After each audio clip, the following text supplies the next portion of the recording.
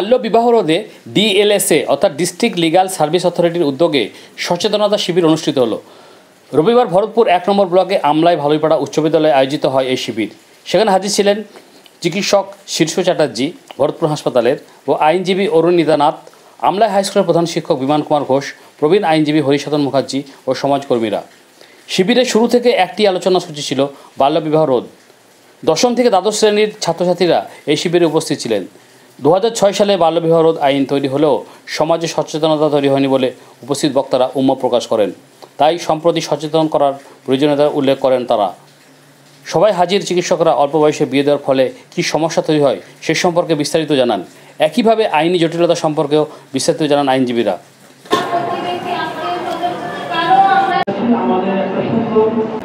আমরা শপথ করছি যে আমরা নিজেরা কখনো বাল্যবিবাহে জড়াবো না এবং অন্য কাউকেও বাল্যবিবাহে জড়াতে দেব না। আমরা জানি যে 18 বছর বয়সের আগে মেয়েদের এবং 21 বছর বয়সের আগে ছেলেদের বিয়ে আইনত অপরাধ এবং সমাজের জন্য ক্ষতিকর। আমরা সচেতন হব এবং আমাদের পরিবার ও প্রতিবেশী ও সমাজকে বাল্যবিবাহের ক্ষতিকর দিক সম্পর্কে জানাবো। আমরা স্কুলে পড়াশোনা চালিয়ে যাব এবং অন্যদেরও শিক্ষার গুরুত্ব বোঝাতে সাহায্য করব। আমরা যে কোনো বাল্যবিবাহের ঘটনা জানলে তৎক্ষণাৎ স্থানীয় কর্তৃপক্ষ বা চাইল্ড হেল্পলাইন 1098 এ অভিযোগ জানাবো। আমরা একসঙ্গে বাল্যবিবাহ মুক্ত সমাজ গড়ে তুলব। প্রথমে এটাই বলতে চাই যে প্রতি মাসে মাসে যে গর্ভবতী মায়ের ক্লিনিক হচ্ছে সেখানে অনেক পেশেন্টকেই দেখছি যে তারা 13 বছর 14 বছর বয়সে মা হয়ে যাচ্ছে এবং 18 বছর না হতে হতেই তারা 2 মা কি 2 নম্বর বাচ্চা কি 3 নম্বর বাচ্চার মা হয়ে যাচ্ছে। এতে তাদের মানে এই বয়সটা তাদের শারীরিক এবং মানসিক গঠন সেটা না, মা হওয়ার মতো সেটা সেই সময়টা না। সুতরাং সেদিকে একটু লক্ষ্য রাখতে হবে এবং তারপরে দেখা যাচ্ছে যে তারা অনেক সময় রক্তাল্পতায় ভুগছেন এবং তাদের প্রেশার অনেক ফল করে যাচ্ছে, তাদের শরীর অতটা নিতে পারছে না। সেক্ষেত্রে তাদের যে শারীরিক যে কন্ডিশন আছে সেটা অনেকটা খারাপ হয়ে যাচ্ছে এবং তাদের মানসিক অবস্থারও অনেক ঘাটতি দেখা যাচ্ছে। তো সেগুলো অনেকটাই চেক করা দরকার।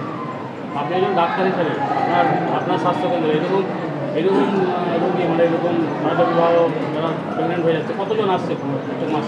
প্রায় 10টা পেশেন্ট যদি দেখা হয় তাহলে সেক্ষেত্রে 6টা পেশেন্ট 6 থেকে 7টা পেশেন্টই এরকম দেখা যাচ্ছে। আগামী দিনে কী বলবেন? আগামী দিনে এই ভারত সরকার থেকে ঠিক করে দেওয়া হয়েছে যে বয়স একটা মাইনর এবং মেজরের ব্যাপারটা, যেখানে মেয়েদের বয়স 18 বছর এবং ছেলেদের বয়স 21 বছরের আগে বিয়ে দেওয়া হবে না। তো সেই ব্যাপারে আমি প্রশাসনকে বলবো এবং সব জায়গায় এটাই অ্যাওয়ারনেস ছড়াতে চাইছি যেন বিয়ের বয়স মেয়েদের জন্য 18 বছর এবং ছেলেদের বয়স 21 বছরের আগে যেন এটা বিয়ে না দেওয়া হয়। আমরা এসেছি DLSA district legal service authority Murshidabad থেকে। তো এখানে আমরা বাচ্চাদেরকে চাইল্ড ম্যারেজ সম্পর্কে বোঝানোর চেষ্টা করলাম যে চাইল্ড ম্যারেজ কাকে বলে বা এই সম্বন্ধে আইনি যে ধরনের পানিশমেন্টগুলো আমাদের আইনে রয়েছে সেই সম্পর্কে ওনাদেরকে বোঝানো হলো। আর এটা কতটা ক্ষতিকারক সমাজের জন্য, সমাজে তারা সচেতন হলে যে অন্যদের তারাও সচেতন করতে পারবে, তাদের সচেতনতার প্রয়োজন, সেই সম্পর্কে আমাদের এই ক্যাম্প। আর এছাড়াও আমাদের ডিএলএসএ আমরা একটা ইউনিটে কাজ করি যেটা হলো আশা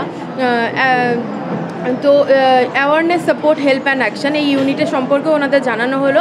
আর এছাড়া যখন তারা দেখবে যে এই ধরনের কোনো চাইল্ড ম্যারেজ হচ্ছে তাহলে সেক্ষেত্রে তারা কি করবে সেই সম্পর্কেও তাদেরকে বোঝানো এবং জানানো হলো।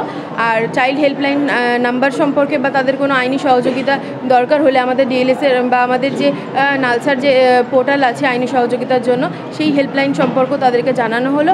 এছাড়া চাইল্ড ম্যারেজ রুখতে তাদের কি করতে হবে, আইনত কি তার সাজা হতে পারে আর পরিণতি কি হতে পারে সেই সম্পর্কেও তাদেরকে ধারণা দেওয়া হলো। এই শিবিরে দেখলাম 10, 11, 12 ছাত্রছাত্রী এখানে শিবিরে অংশগ্রহণ করছে, তার মধ্যে কয়েকজন দেখলাম তাদের বিয়ে হয়ে গেছে, কি বলবেন? তাদেরকে এটাই বলবো যে বিয়ে হয়ে যাওয়ার পরও কিন্তু তারা এগিয়ে আসতে পারে। তাদের যদি কোনো অসুবিধা হয়ে থাকে, অসুবিধা যদি হয়ে থাকারই কথা, কিন্তু এই ধরনের যদি অসুবিধা তারা কিন্তু সামনে এগিয়ে আসতে পারে, তারা প্রশাসনের সহযোগিতা নিতে পারে, তারা আমাদের মতো সংস্থায় এসে সহযোগিতা নিতে পারে। আর সহযোগিতা বলতে তারা কিন্তু 18 বছর হয়ে যাওয়ার পর ডিসিশন নিতে পারে 2 বছরের মধ্যে যে সেই বিয়েটাতে রাখবে না রাখবে না, সেই ক্ষমতা যে আইন তাকে দেয় সেই সম্পর্কেও তাকে বলা হলো। আগামী দিনে কোথায় কোথায় শিবির করার আপনাদের পরিকল্পনা আছে? মুর্শিদাবাদের বিভিন্ন স্কুলে আমাদের শিবির হচ্ছে, আগামী দিনে আরও অনেক জায়গাতেই রয়েছে। আজকে যেমন এখানে আগামী জঙ্গিপুরে আমাদের হয়ে এসেছে, আগামী দিনেও মুর্শিদাবাদ জেলার বিভিন্ন স্কুলগুলোতে আমাদের আরও প্রোগ্রাম রয়েছে। এখানে অনেকেই উপস্থিত ছিলেন, ডাক্তারবাবু, উকিল দিদিরা, তারপরে আমাদের হেডমাস্টার মহাশয়, ওনারা সকলেই বললেন যে বাল্যবিবাহ মানে না করতে, কারণ 18 বছরের নিচে মেয়েদের এবং 21 বছরের নিচে ছেলেদের যে মানে যারাই বিয়ে করবে সেটাই বাল্যবিবাহ করলে আমাদের ক্ষতি, কারণ আমাদের এখনও শারীরিক গঠন হয়নি, শারীরিক মানসিক কোনোভাবে গঠন হয়নি, তাতে যদি বাল্যবিবাহ হয় আমাদের বিভিন্ন দিক থেকে ক্ষতি হবে। তাই আমরা যদি জানতে পারি যে আমাদের বান্ধবীরা আরও আশেপাশে কেউ বাল্যবিবাহ করছে, তাহলে সেটা আমরা 1098 নাম্বারে সেটা আমরা জানাবো সম্পূর্ণভাবে। মানে দিদিরা বললো যে আমাদের কোনো নাম ঠিকানা কিছু জানানো হবে, মানে আমাদের নেবে না, তাই যেহেতু যদি হয় আশেপাশে তাহলে আমরা জানাবো এবং আমরা 18 বছরের আগে বিয়ে করব না। সহপাঠী এবং পরিবারকে কি বার্তা দেবেন? আমাদের পরিবারকে বলবো যে যদিও বা পরিবার বলে যে তোরা বড় হয়েছিস, 18 বছর না হলেই বা বিয়ে করে নে, তাহলে জানাবো যে আমরা এখনও 18 বছর হইনি, কারণ আমাদের স্কুলে এসে বার্তা দিয়ে গেছে যে 18 বছরের না হলে বিয়ে করা যাবে না। তাই পরিবারকে আমরা বোঝাবো এবং আমরা 18 বছরের নিচে বিয়ে করব না। বলো এই রকম অনুষ্ঠান যদি আগে থেকে হতো, তাহলে আমি এই অঞ্চলে 2008 সাল থেকে প্রধান শিক্ষক হিসাবে আছি, তখন দেখেছি 8ম 9ম শ্রেণী থেকে বিয়েটা হতো। কিন্তু এই প্রচারের ফলে, বিশেষ করে এই গ্রাসরুট লেভেলে এসে এই যে প্রচার হচ্ছে, এই প্রচারের ফলে অনেক ছেলে এবং মেয়েরা অনেকটা সাবধান হয়ে গিয়েছে। তবুও এখনও যে বাল্যবিবাহ হয় না তা নয়, আমরা দেখতে পাচ্ছি প্রত্যেক ক্লাসে, বিশেষ করে 11, 12 বা 10-এও কিছু কিছু বিয়ে হয়ে যাচ্ছে।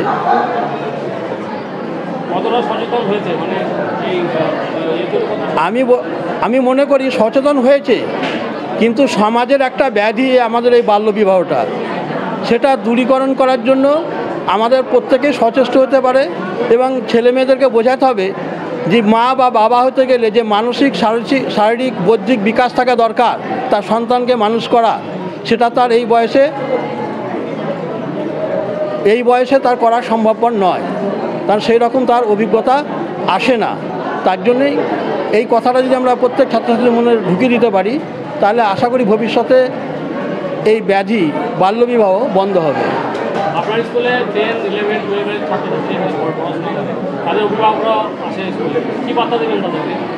তাদেরকে একটাই কথা বলবো যে বাল্যবিবাহ আমাদের সমাজের একটা ক্ষতিকারক দিক এবং আমরা প্রত্যেক বাবা মাই চাই যে আমার ছেলে মেয়ে যেন ভবিষ্যতে নিজের পায়ে দাঁড়াতে পারে এবং তারা সুস্থ সবল হয়ে তার ছেলে মেয়েকে মানুষ করতে পারে। এর জন্যই আমি প্রত্যেক ছাত্রছাত্রীদের মাধ্যমে বা আমাদের যে গার্জেন মিটিং হয় সেখানেও এই কথাটাই বলবো যে আমাদের প্রত্যেককেই সতর্ক হতে পারে।